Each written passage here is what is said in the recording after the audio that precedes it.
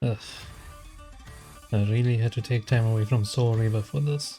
If you've kept up with the recent issues in gaming, especially with Sweet Baby Inc., you would have heard of Grumps.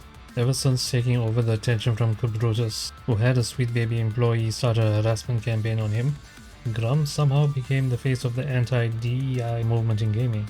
Problem is, Grumps finds everything to complain about, and like a broken clock, he is occasionally right. And because of that, he has gained popularity, especially among other content creators who have him on their channels.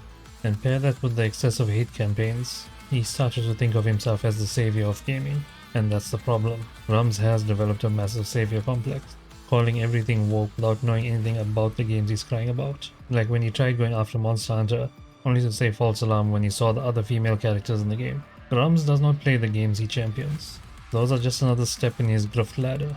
I was fine ignoring him since I was expecting he would eventually fade into obscurity, but nope. He keeps growing despite more people exposing him as a scammer. I'm not gonna go into too much detail, but in short, Grumps used to work at Blizzard, went to start another studio to create a game called Firefall, which I'm sure you heard that story before. Then started another studio for his current game, Ember, which he still hasn't delivered on. He's taken so much money and had nothing to show for it until relatively recently, when people lit a fire under his ass, and he finally showed off the fruits of his labor. Jesus Christ.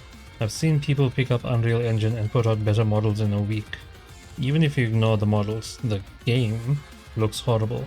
Let's check out one of the many videos covering his history, because I don't want this video to go on too long, and they will do a better job covering that.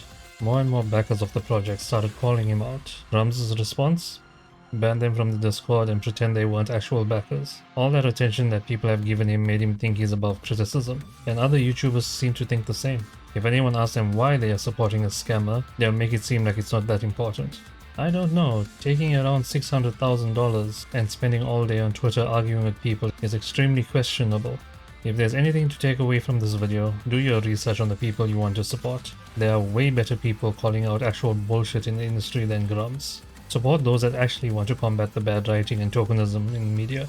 Kirsha is a good option. I fucking hate Norman! Even though she's shown some support towards Grumps before, she has done more work in a day than he's done in years. She's been on the bridge case before anyone else and seems to be the only one who has actually properly documented it.